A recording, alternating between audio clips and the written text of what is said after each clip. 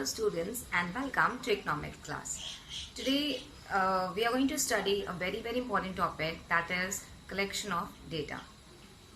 As far as collection of data comes in the viewpoint, it means that when we collect in statistic the data which are quantitative. Quantitative means the data which can be measured in terms of numbers or the data which are available to us in terms of numbers. तो यानी ऐसे datas जो हमें numbers के form में available होते हैं उन्हें हम क्या बोलते हैं, वो सारे ही डेटास क्या कहलाते हैं, वो स्टैटिस्टिक कहलाता है. तो स्टैटिस्टिक्स में होता क्या है, स्टैटिस्टिक्स में हम उन सारे डेटास को कलेक्ट करते हैं जो कि कुछ ना कुछ मीनिंगफुल कंक्लूजन ड्रॉ करने के लिए अवेलेबल हो. अब वो डेटा कैसे होंगे, वो सारे ही नंबर्स के फॉर्म में हमें अवेलेबल होंगे इंस्टेड ऑफ क्वालिटी बेस्ड. हाँ, कुछ डेटा ऐसे भी होते हैं जो क्वालिटी बेस्ड भी होते हैं. लाइक फॉर एग्जांपल अगर मैंने कुछ डेटा कलेक्ट किया है on the basis of the colour of the people, the gender of the people, तो ये क्या होगा, ये क्वालिटी की बेसिस पे हमने लोगों को सेग्रीगेट किया है. बट हम जब स्टैटिस्टिक की बात करते हैं तो वो that is directly based on the information which is referred in terms of numbers, जिनको आप नंबर्स के फॉर्म में कलेक्ट कर सकते हो.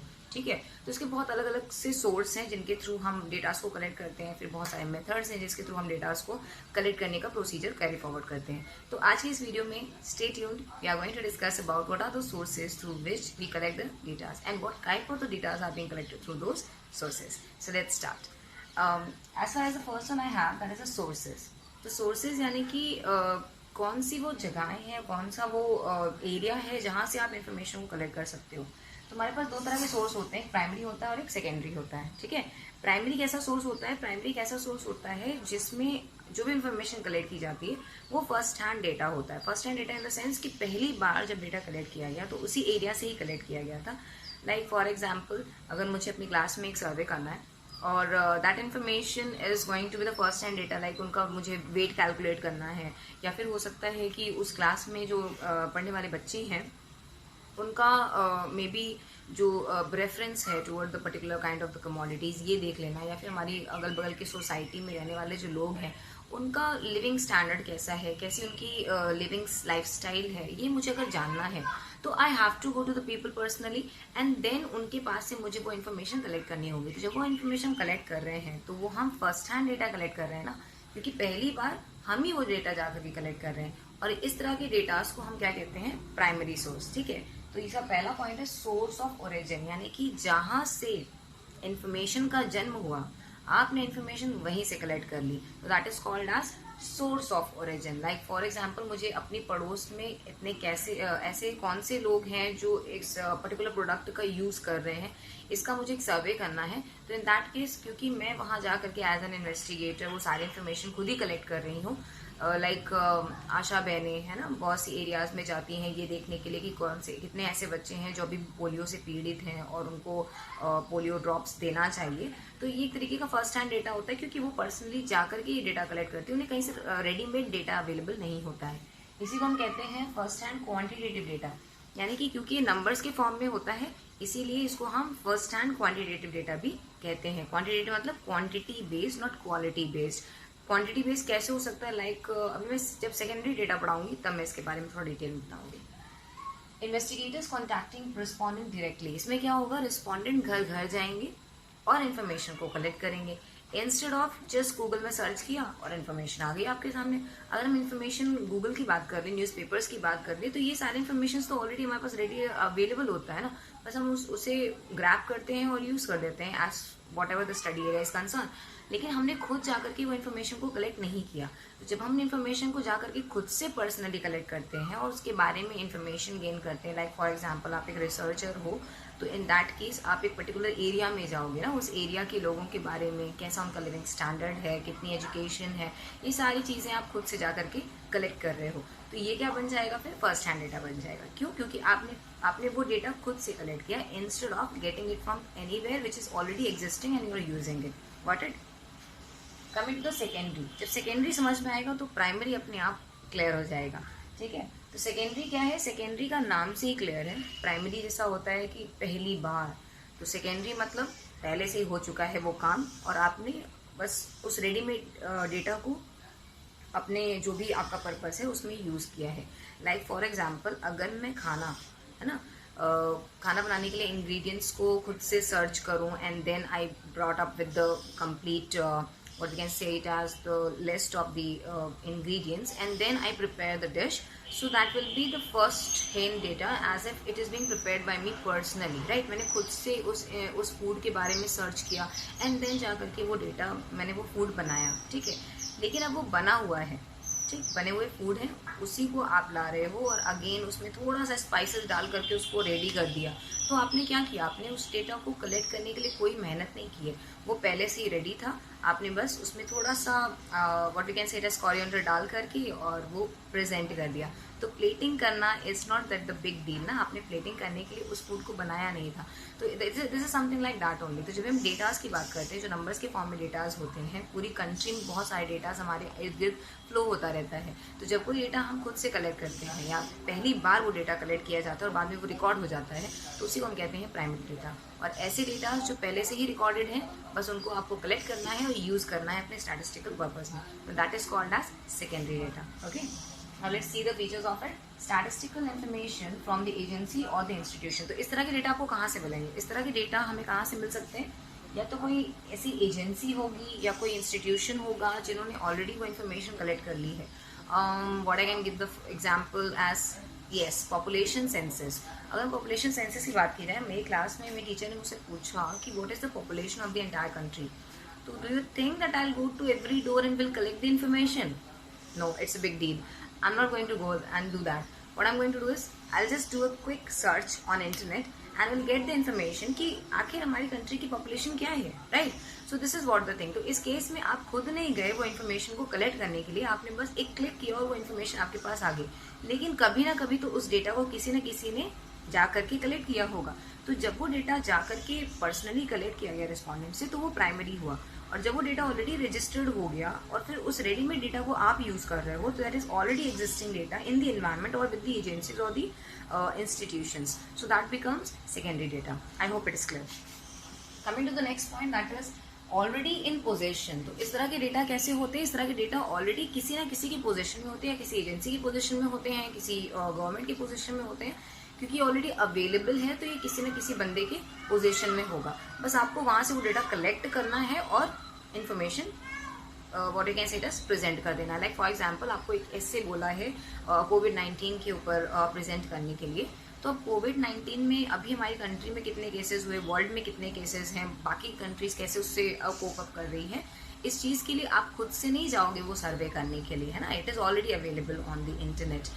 You are just going to do a simple click over there, and then whatever the information is readily available over there, cooked up over there, you're just going to take some important highlighted points and will prepare your essay. तो ये आपने कैसे किया? ये आपने secondary datas को use किया as if कि वो ऑलरेडी एनवायरमेंट में अवेलेबल था, आपने जा करके वो डेटास को कलेक्ट नहीं किया, ठीक है। So this is what the thing. Coming to next one, that is no direct survey is required. इस तरह की इन्फॉर्मेशन के लिए खुद से जा करके किसी तरीके का सर्वे करने की जरूरत नहीं है, डेटा ऑलरेडी अवेलेबल है, बस आपको उस चीज़ को अपनी स्टैटिस्टिकल स्टडी के अकॉर्डिंग यूज करना है, ठीक है। तो फर्स्ट हैंड डेटा यानी कि प्राइमरी डेटा क्या है? जो फर्स्ट हैंड डेटा होता है, जो पहली बार कलेक्ट किया जा रहा हो और पर्सनली जा करके उस रिस्पॉन्डेंट से कलेक्ट किया जा रहा है, तो that is called as like for example एक मरीज है ना, एक पेशेंट है और डॉक्टर पर्सनली उसके पास जा करके उससे इन्फॉर्मेशन पूछ रहा है, भाई तुम्हें क्या क्या प्रॉब्लम है और what kind of the things you feel and what symptoms you have regarding or any of the diseases, just an example it is। तो इस केस में डॉक्टर खुद जा रहा है और उस पेशेंट से इन्फॉर्मेशन कलेक्ट कर रहा है। लेकिन अगर ये इन्फॉर्मेशन ऑलरेडी किसी हॉस्पिटल में रिकॉर्डेड है, लिस्ट में ऑलरेडी रिकॉर्डेड है कि ये पेशेंट का नाम है, इसको ये प्रॉब्लम्स है और उसके बाद इसकी ये ट्रीटमेंट चल रही है, तो डॉक्टर ने पर्सनली इन्फॉर्मेशन को कलेक्ट नहीं किया, उसने क्या किया, उसी रेडीमेड अवेलेबल डेटा के बेसिस पे उसकी मेडिसिन को स्टार्ट कर दिया। तो this is secondary data, right. So that is what the example of both of them. So I hope it is clear to you that what is secondary data and what is primary what is primary source and secondary source. तो अब question आ रहा होगा दिमाग से कि अगर primary source से हम कुछ डेटा कलेक्ट करके ला रहे हैं और सेकेंडरी सोर्स से भी कुछ डेटा कलेक्ट करके ला रहे हैं, तो आखिर ये डेटा होते क्या, मतलब क्या कहलाएंगे इस तरह के डेटास को, हम क्या बोलेंगे अगर हम प्राइमरी सोर्स से कुछ डेटा को कलेक्ट करके ला रहे हैं और सेकेंडरी सोर्स से भी कुछ डेटा को कलेक्ट करके ला रहे हैं, तो इस तरह के डेटा कहलाएंगे क्या? तो इसका भी आंसर हमारे पास है। अगर कोई भी डेटा प्राइमरी सोर्स से कलेक्ट होकर के आ रहा है तो that will be called as primary data, ठीक है, नाम से क्लियर है, प्राइमरी सोर्स से आ रहा है तो प्राइमरी डेटा बन गया, सेकेंडरी सोर्स से आएगा तो कौन सा बनेगा, yes got it, you got it, that is secondary data, ठीक है। तो प्राइमरी सोर्स से कलेक्ट होकर आया तो प्राइमरी डेटा, सेकेंडरी सोर्स से कलेक्ट होकर आएगा तो secondary data, simple as I said to it, okay, right. So now coming to the what primary datas are, right? So let's see that. As it is written, primary data which comes from the primary source. So any data which comes straight away from the primary sources, यानी कि ऐसे data जिनको आपने primary source से collect किया है तो उनको हम क्या कहते हैं कि प्राइमरी डेटा है, और जो डेटा सेकेंडरी सोर्स से कलेक्ट किए जाते हैं उनको हम क्या बोल देते हैं कि सेकेंडरी डेटा है। क्यों? The data originally collected in the process of investigation. क्यों ऐसा कहा गया कि ये प्राइमरी डेटा है? प्राइमरी इसलिए है क्योंकि भाई ये पहली बार कलेक्ट किया इन्वेस्टिगेशन के प्रोसेस में, ये डेटा उसको पर्सनली जाकर ओरिजिन से ही कलेक्ट किया गया है, यानी कि जहां से उस डेटा की बिगिनिंग हुई है, from there only the data is being collected. Like for example, अगर मैं इसका एक बेस्ट एग्जाम्पल दूँ, न्यूज़पेपर के जो रिपोर्टर्स होते हैं वो पर्सनली जाते हैं उस पर्टिकुलर एरियाज में और डेटास को कलेक्ट करते हैं, तो ये फर्स्ट हैंड डेटा हुआ। जैसे ही वो न्यूज़पेपर में पब्लिश हो गया है ना, अब तो सबको रेडीमेड अवेलेबल डेटा है ना, हमारे लिए तो सेकेंडरी हो, हम तो नहीं गए ना उस डेटा को कलेक्ट करने के लिए। So this is something like that. तो अब नेक्स्ट क्या है हमारे पास, secondary data, that data which is already in the existence and collected by others like agencies और द इंस्टीट्यूशन। तो अगर मैं एजेंसीज के बेसिस पे एग्जाम्पल लूँ, अमर उजाला का एग्जाम्पल ले लेते हैं, तो अमर उजाला ने अगर कोई डेटा को कलेक्ट किया है और वो जनरल पब्लिक को वो इन्फॉर्मेशन प्रोवाइड कर रहा है, तो वो उन्होंने फर्स्ट हैंड डेटा कलेक्ट किया था, बट हमें जब वो डेटा मिलेगा तो वो कैसा हो जाएगा, हमारे लिए सेकेंड हैंड होगा क्योंकि हमने उसको कलेक्ट नहीं किया, ठीक है। So this is like that. Now coming to the next, that is difference. अब हम जब प्राइमरी और सेकेंडरी के बारे में इतना कुछ पढ़ चुके हैं तो definitely we can differentiate between both of them कि प्राइमरी डेटा क्या है भाई और सेकेंडरी डेटा क्या है, ठीक है। तो देखते हैं कि हम सही हैं जैसा हम लोगों ने पढ़ा है उसके अकॉर्डिंग।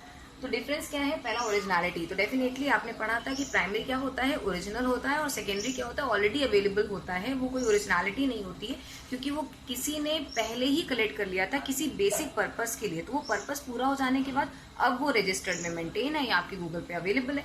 अब किसी लाइक फॉर एग्जाम्पल अगर मुझे किसी पर्टिकुलर टॉपिक पे रिसर्च करनी है तो मैंने उस पर्टिकुलर टॉपिक पे पहली बार रिसर्च किया होगा, तो मैंने वो फर्स्ट हैंड डेटा कलेक्ट किया, ठीक है। जैसे ही मेरी रिसर्च पूरी हो गई मैंने उसको अपलोड कर दिया वेबसाइट पे, सो दैट कि अगर मेरे जैसे कुछ रिसर्चर्स होंगे, उनको कुछ हेल्प चाहिए होगी, कुछ टिप्स चाहिए होंगी, तो they can access those datas from there, है ना, ठीक है।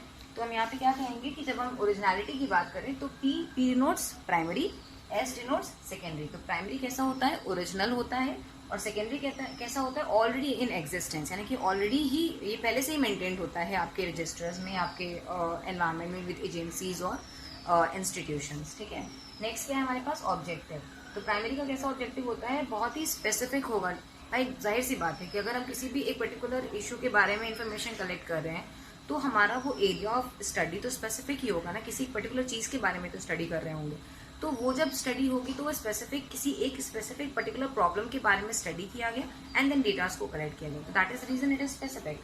बट सेकेंडरी के लिए not necessarily suits to the objective. The reason is क्योंकि अगर सपोज मुझे कुछ इन्फॉर्मेशन चाहिए है और मैं उसको इंटरनेट से सर्च कर रही हूँ, कभी कभी ऐसा भी होता है कि जिस चीज़ के बारे में हम सर्च कर रहे हैं डायरेक्टली वैसी इन्फॉर्मेशन हमें नहीं मिल पाती है what I am looking for. तो जो पर्पस मेरा है ऑफ गेटिंग द इन्फॉर्मेशन, कभी कभी सेकेंडरी के थ्रू वो पूरा नहीं हो पाता है क्योंकि वो जो डेटा कलेक्ट किया गया था वो किसी एक स्पेसिफिक पर्पस के लिए कलेक्ट किया गया था, बट अब जरूरी नहीं है कि वो मेरे पर्पस से भी मैच हो, ठीक है। Then coming to the next, cost of collection. अगर हम कॉस्ट की बात करें, यानी कि प्राइमरी सोर्स से जब हम डेटास को कलेक्ट करते हैं तो उसमें कितना खर्च आता है, और अगर सेकेंडरी सोर्स की बात करें तो कितना खर्च होता है, तो डेफिनेटली सोर्सेज की अगर बात की जाए, प्राइमरी है एक एक बंदे के पास जाकर के आप डेटा कलेक्ट कर रहे हो, जस्ट लाइक पॉपुलेशन सेंसस जब पहली बार कलेक्ट किया जाता होगा तो डेफिनेटली सारे बंदों के पास एक एक करके वो जाते हैं और पूछते हैं आपकी फैमिली में कितने लोग हैं, इनकम क्या है, ये वो बहुत सारी जो इन्फॉर्मेशन होती हैं वो एक्स्ट्रा इन्फॉर्मेशन भी पूछते हैं। मतलब पॉपुलेशन सेंसस का मतलब ये नहीं है कि उसमें सिर्फ आपके घर में कितने लोग हैं यही पूछा जाएगा। पॉपुलेशन सेंसस में इवन दे आस्क की एजुकेशन क्या है, कितने बच्चे ऐसे हैं जो स्कूल जा रहे हैं, कितने ऐसे बच्चे जो स्कूल नहीं जाते हैं, आपके पूरे what I can say as the family की इनकम क्या है, एवरीथिंग दे इंक्वायर। तो पॉपुलेशन सेंसस क्या होता है, अपने आप में कंप्लीट ग्रुप ऑफ इन्फॉर्मेशन होता है, तो ये भी तो किसी स्पेसिफिक पर्पज के लिए किया जा रहा था, है ना। तो अब क्या है कि जो प्राइमरी है तो प्राइमरी के जब हम एक एक व्यक्ति के पास जाकर के इन्फॉर्मेशन कलेक्ट कर रहे हैं तो डेफिनेटली वो बहुत ही कॉस्टली होगा, क्योंकि सब एक ही जगह पे मुझे नहीं मिल जाएंगे. People live in segregated and in a fragmented areas, right? They don't live all together. And if I'm doing with the area also, if I'm going with area wise even, then also it will be very very costly, because I have to go to all the people and I have to collect the information. Got it? Coming to the next one, that is the reason, as far as the primary source of information is concerned, तो primary data को collect करने में बहुत ज़्यादा time जाता है. T denotes time.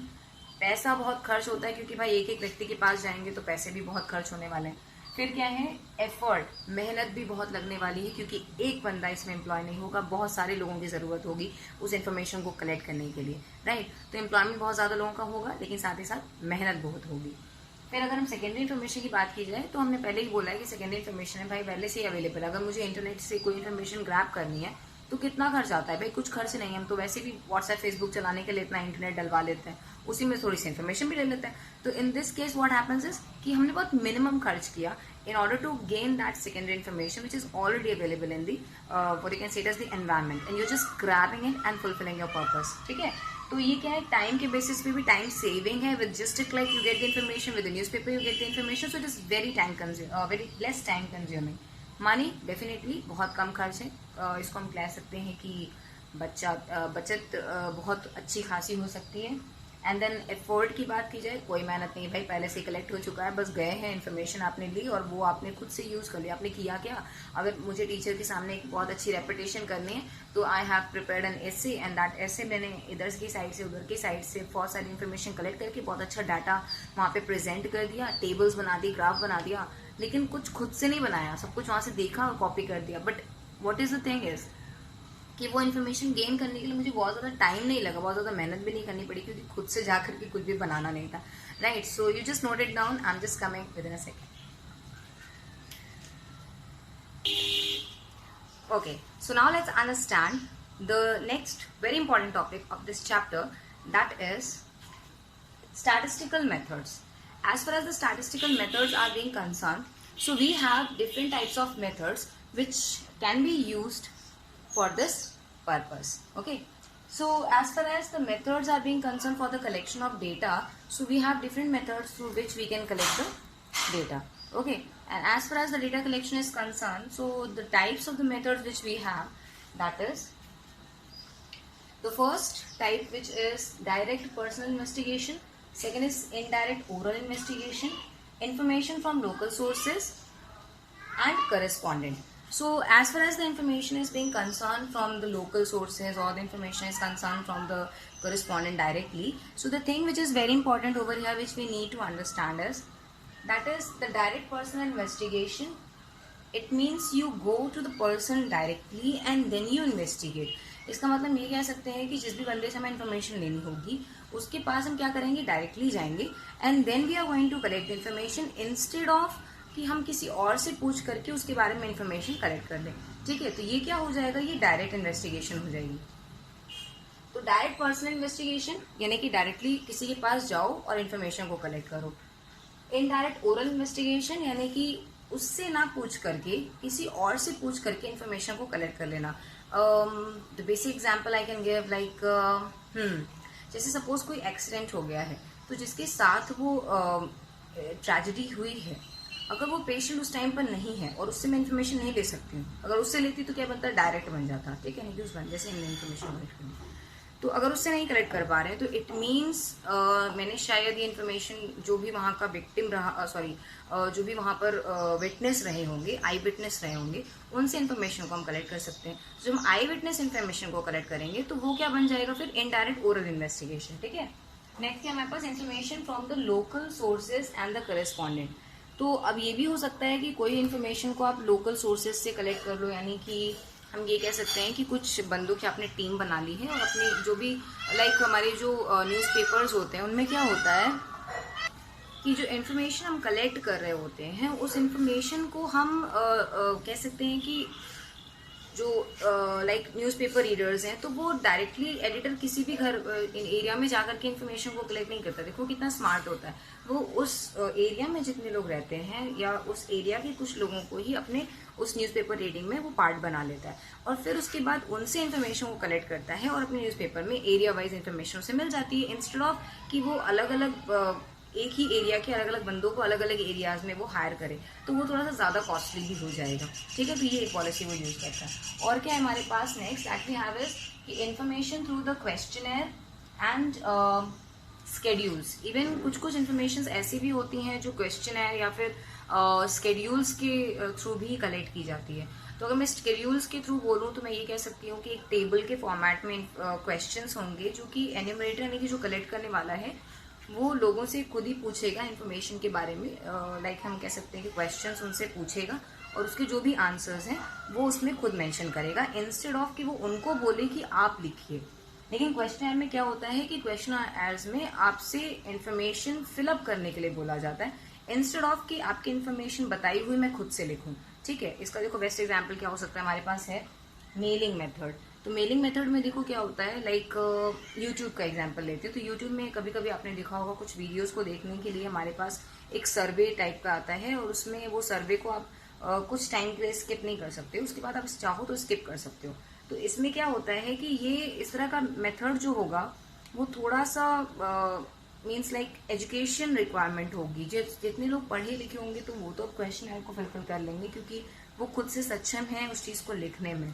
लेकिन अगर सपोज इन्फॉर्मेशन में एक ऐसी एरिया से ले रही हूँ जिसमें लोग खुद ही केपेबल नहीं है लिख पाने में, तो फिर हमें नेक्स्ट मेथड है कि स्केड्यूल मेथड को यूज करना होगा। और उस स्केड्यूल मेथड में क्या होता है कि इन्फॉर्मेशन को हम रिस्पोंडेंट से लिखवाने की बजाय हम खुद ही इन्फॉर्मेशन को उनसे पूछ कर फिल कर देते हैं। ठीक है, इसका भी आपने एग्जाम्पल देखा होगा, कभी कभी कुछ सेल्समैन या ऐसे कुछ आते हैं जो आपसे इन्फॉर्मेशन पूछते हैं और फिर खुद ही लिख देते हैं। ठीक है, तो ये भी एक बेस्ट एग्जाम्पल है। अभी आज की इस क्लास में हम लोग पहले देखने जा रहे हैं कि what is direct personal investigation, और एक मेथड और हम लोग देखेंगे that is indirect oral investigation, जो इसके बाद हम लोग देखेंगे। ठीक है, तो पहले ये देखते हैं कि डायरेक्ट पर्सनल इन्वेस्टिगेशन क्या होता है। ठीक है, तो पर्सनली कलेक्टेड डेटा, इसमें क्या होता है जो डेटा कलेक्ट किया जाता है वो पर्सनली कलेक्ट किया जाता है इंस्टेड ऑफ कि किसी और के थ्रू इन्फॉर्मेशन को कलेक्ट किया जाए। तो इस केस में क्या होगा, जो इन्फॉर्मेशन है वो डायरेक्टली उस रिस्पोंडेंट से मुझे मिल जाएगी। लाइक फॉर एग्जांपल कुछ वर्कर्स हैं जो स्ट्राइक पे हैं, तो उनकी जो वर्किंग कंडीशन है, लिविंग स्टैंडर्ड है, या फिर उनकी जो एजुकेशन प्रॉब्लम, बच्चों को अगर एजुकेशन नहीं मिल रही है, तो ये सारी जो प्रॉब्लम्स हैं उनकी जो प्रॉब्लम्स को वो सफ़र कर रहे हैं ड्यू टू दिस प्राइस, मतलब उनकी जो सैलरी है उसमें कमी होने की वजह से, तो ये हम डायरेक्टली उनके पास जा करके उनसे पूछ सकते हैं। तो क्या होगा, ये पर्सनली कलेक्टेड डेटा है, हम उस इंसान के पास डायरेक्ट जाएंगे और इन्फॉर्मेशन को कलेक्ट करेंगे। फिर क्या है, investigator develops direct relation with the informant. इसमें जो इन्वेस्टिगेटर है वो खुद उस बंदे के पास जाकर के एक रिलेशन डेवलप करता है। रिलेशन इन द सेंस ये नहीं है कि रिश्तेदार बना लेता है, ये नहीं है। रिलेशन इन द सेंस कि उस बंदे के पास हो जाएगा, उससे फ्रेंडली नेचर में वो उससे क्वेश्चंस पूछेगा, उसके आंसर्स वो राइट डाउन करेगा, एंड देन इस तरह से जो डेटाज हैं वो कलेक्ट हो जाएंगे। सुटेबिलिटी, यानी कि इस तरह के मेथड्स को आप कहाँ यूज कर सकते हो, किस चीज के लिए, किस तरह की स्टडी के लिए ये यूजेबल होगा, ये हम लोग देखने जा रहे हैं। तो field of investigation not large, यानी कि अगर आपका field of area for the investigation बहुत लंबा, बहुत लार्ज नहीं है, बहुत वाइड नहीं है, तो आप इस तरह के मेथड्स को यूज कर सकते हो। लेकिन अगर बहुत वाइड है तो फिर ये हेल्पफुल नहीं होगा, क्योंकि एक एक बंदे के पास जाकर के इन्फॉर्मेशन कलेक्ट करना is not an easy task. Greater degree of originality of the data is required. इस तरह का जो डेटा है या इस तरह का जो मेथड है, स्टैटिस्टिकल मेथड है, इसको आप तभी यूज करिए जब आपको बहुत ही हाई डिग्री की ओरिजिनल डेटास की जरूरत हो। ठीक है, जिसमें आप कुछ भी अजम्पशन या फिर अप्रोक्सीमेटली नहीं लेना चाहते, you want all the datas to be like 100% correct. तो उस केस में आपको क्या करना होगा, इस तरह की पर्टिकुलर मेथड को यूज करना है। फिर क्या है, information to be kept secret. एक बात याद रखनी है कि जो भी इन्फॉर्मेशन आपने कलेक्ट की है, जिनसे भी कलेक्ट की है, उनके इन्फॉर्मेशन को सीक्रेट रखना आपकी रिस्पॉन्सिबिलिटी है। ठीक है, तो आपने अगर सपोज उनके इकोनॉमिक स्टेटस के बारे में, वर्कर्स के इकोनॉमिक स्टेटस के बारे में कुछ इन्फॉर्मेशन पूछी है, तो आप उसको डिस्क्लोज नहीं कर सकते हो सब जगह। You can have the personal what you can say the contact with the higher authorities, and then you can take the decision regarding the salary and the pay scale. Then इसके कुछ merits and demerits भी हैं इस particular method के, क्या कब ये use होगा, और अगर यूज हो रहा है तो इससे क्या फायदे हैं, क्या नुकसान है। अब हम लोग ये भी इसको थोड़ा सा देख लेते हैं। So as we can see that the merits are being concerned, पहला ओरिजिनलिटी, डेफिनेटली पर्सनली जाके डेटास कलेक्ट कर रहे हैं तो वो ओरिजिनली ही होंगे, उसमें कुछ भी ऐसा what we can say it as. एक चीज में ध्यान रखनी है, जब भी डेटास कलेक्ट किया जा रहा है और वो इन्वेस्टिगेटर खुद जाके कलेक्ट कर रहा है, तो इन्वेस्टिगेटर थोड़ा सा इम्पार्शियल होना चाहिए, डिलिजेंट होना चाहिए, इनोसेंट होना चाहिए, and what we can say it as active minded होना चाहिए कि जो भी इन्फॉर्मेशन वो कलेक्ट कर रहा है उसको किसी भी तरीके से मोल्ड ना करे, वैसी ही इन्फॉर्मेशन को वो आगे सर्कुलेट कर दे। ठीक है, तो ओरिजिनल डेटाज आपको मिलेंगे। एक्यूरेसी डेफिनेटली 100% एक्यूरेसी होगा, क्योंकि आप डायरेक्टली उस पर्सन से इन्फॉर्मेशन कलेक्ट कर रहे हो। लाइक जिसके साथ कोई भी केस हुआ है, अगर आप उससे पूछोगे तो वो आपको कोई भी चीज मोल्ड करके नहीं बताएगा, 100% इन्फॉर्मेशन देगा, तो डेफिनेटली एक्यूरेट होगा। रिलेटेड इन्फॉर्मेशन, इसमें जो भी इन्फॉर्मेशन होगी that you can use and can relate to the further conclusions also. Then elastic है, डेटास को अपने what you can say it as, जो भी हमारा रिस्पॉन्डेंट है वो अपने अकॉर्डिंग इन्फॉर्मेशन, अगर वो चाहता है तो ज़्यादा इन्फॉर्मेशन दे सकता है, वो चाहता है तो कम इन्फॉर्मेशन देगा। तो ये इलास्टिक है। इन्फॉर्मेशन अगर आपको बहुत ज़्यादा चाहिए तो भी आप इसको यूज़ कर सकते हो, कम चाहिए है तो भी ये यूजेबल है। देन क्या है, डीमेरिट्स हैं इसके, यानी कि क्या नुकसान है इस मेथड्स के। That is difficult to cover wide area. अगर इस तरह के मेथड्स को आप यूज़ कर रहे हो तो ये बड़ी एरिया को कवर नहीं कर पाता, क्योंकि पर्सनली मिलना और डेटा कलेक्ट करना एक छोटी एरिया में ही पॉसिबल हो पाएगा, बड़ी एरिया में पॉसिबल नहीं है। फिर क्या है, कॉस्टली बहुत है, क्योंकि भाई एक एक बंदे के पास जाएंगे, बहुत सारा टाइम जाएगा, फिर एफर्ट बहुत सारा जाएगा, पैसा बहुत खर्च होने वाला है, तो definitely it's very costly. Limited coverage, coverage area अगर इसकी देखी जाए, the study area that is very limited. So now it's your work to please note it down. I will be back. Okay, so now let's understand the last topic of this video, that is indirect oral investigation. As I already said that किस तरह की investigation जो किया जाएगा वो directly किसी respondent से नहीं response पूछे जाएंगे, instead of किसी भी ऐसे related person से पूछा जाएगा जो जिसके पास उससे related complete information होने की संभावना होगी। Like for example, जो वर्कर्स हम लोग जिसके बारे में बात कर रहे थे कि उनकी क्या कंडीशन, उनके क्या लिविंग स्टैंडर्ड्स हैं, वो उनसे ना पूछ करके उनके एम्प्लॉयर से पूछ लेना। तो इस केस में क्या होगा, वो एम्प्लॉयर्स एकदम करेक्ट इन्फॉर्मेशन बताएंगे हमें उन वर्कर्स के बारे में। ठीक है, तो ये भी हम कर सकते हैं। So it is not collected from the persons regarding whom the information is needed, यानी कि इसमें इन्फॉर्मेशन उस बंदे से कलेक्ट करना जरूरी नहीं है जिसके बारे में इन्फॉर्मेशन चाहिए है, बल्कि हम किसी और भी बंदे से उसके बारे में इन्फॉर्मेशन को कलेक्ट कर सकते हैं, who might have the expert opinion about that particular area or the person.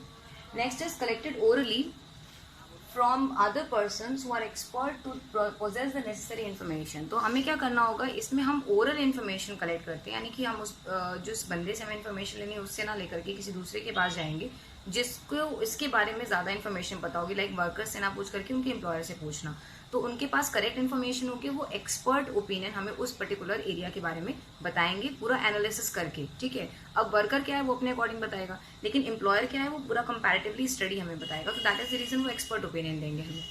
फिर क्या है, इसकी क्या क्या सुटेबिलिटी, यानी कि कौन सी एरियाज में ये मेथड सुटेबल होगा। तो first is large area, definitely direct person investigation को हम स्मॉलर एरिया में यूज करते हैं, तो इसको हम क्या करते हैं कि लार्जर एरिया में भी यूज कर सकते हैं। जब बहुत बड़ी एरिया ऑफ इन्वेस्टिगेशन है तो वर्कर्स के पास अगर जाएंगे तो एंडलेस नंबर ऑफ वर्कर्स होंगे, लेकिन एम्प्लॉयर तो कोई एक ही होगा, तो डेफिनेटली एम्प्लॉयर के पास जाएंगे, एक ही बार में सारे जितने भी वर्कर्स हैं उनके बारे में इन्फॉर्मेशन हमें पता चल जाएगी। देन नो डायरेक्ट कॉन्टैक्ट, इसमें कोई भी जरूरत नहीं है कि आप उस रिस्पॉन्डेंट से डायरेक्टली कॉन्टैक्ट करो जिसके बारे में इन्फॉर्मेशन लेनी है, you can collect from somebody else also orally. Then concerned informant not able to give information due to ignorance and illiteracy. इसमें क्या होता है, जो concerned है यानी कि जिसके बारे में information हमें लेनी है, कभी कभी ऐसा होता है कि वो लोग बहुत ज्यादा पढ़े लिखे नहीं हैं और मतलब इतने रिस्पॉन्डेंट नहीं है towards that kind of the survey and all, तो इस केस में हम उनसे इन्फॉर्मेशन ना लेकर के किसी और व्यक्ति से इन्फॉर्मेशन लेते हैं जो उनके बारे में अच्छी इन्फॉर्मेशन हमें दे सकता है। लाइक फॉर एग्जाम्पल कुछ इस्लाम एरियाज के बच्चे हैं, अब वो अपने बारे में ज्यादा अच्छा नहीं बता पाएंगे, उनका केयर टेकर जो होगा वो ज्यादा अच्छा बता पाएगा, तो it is like that. Complex in nature, definitely ये जो सर्वे है थोड़ा सा डिफिकल्ट होता है as compare to any other surveys. Coming to the merits and demerits now very quickly, that is wide coverage, definitely ये वाइड कवरेज एरियाज यानी कि बड़ी एरियाज के लिए इस तरह के सर्वे यूज किए जाते हैं। लेस एक्सपेंसिव, ये कम खर्चीला होता है क्योंकि इसमें हमें कह सकते हैं बहुत ज्यादा लोगों तक जाने की जरूरत नहीं है, एक ही जगह से इन्फॉर्मेशन मिल जाती है। Expert opinion, yes definitely, like मैंने बोला एम्प्लॉयर से इन्फॉर्मेशन लेना तो एक्सपर्ट ओपिनियन मिलेगा। सिंपल है डेफिनेटली, कुछ बहुत ज्यादा क्रिटिकल नहीं है, ज्यादा लोग के पास जाएंगे तो ज्यादा इन्फॉर्मेशन कलेक्ट करनी होगी, फिर बहुत सारे प्रॉब्लम्स होंगे, तो ये प्रॉब्लम्स इसमें नहीं होंगी। अगर हम एक्यूरेसी की बात करें तो डीमेरिट्स में ये कम एक्यूरेट होता है, क्योंकि भाई जिससे इन्फॉर्मेशन लेनी है वो तो है नहीं, तो हम किसी और से इन्फॉर्मेशन ले रहे हैं, तो जिससे ले रहे हैं वो अपने तरीके से इन्फॉर्मेशन को मोल्ड करके भी बता सकता है, तो ये लेस एक्यूरेट है। बायस इसलिए है क्योंकि लोग अपने तरीके से चीज़ों को घुमा फिरा के प्रेजेंट कर सकते हैं। डाउटफुल कंक्लूजन्स, ये डेफिनेटली, क्योंकि अगर हम जिस बंदे के बारे में इन्फॉर्मेशन लेनी है और उससे इन्फॉर्मेशन नहीं ले रहे हैं, किसी और से पूछ रहे हैं, तो हम ये नहीं कह पाएंगे कि जो कंक्लूजन इसके थ्रू ड्रॉ हो रहा है वो एकदम 100% करेक्ट है। वो हो सकता है कि वो डाउटफुल ही हो, क्योंकि हमने उस बंदे से इन्फॉर्मेशन ली जिससे हमें इन्फॉर्मेशन लेनी थी। ठीक है, so I hope today's video is clear to everybody, and if you have any doubt please do comment in the comment section, and thank you so much for joining today's session, and do comment as well as like and share this video. Thank you.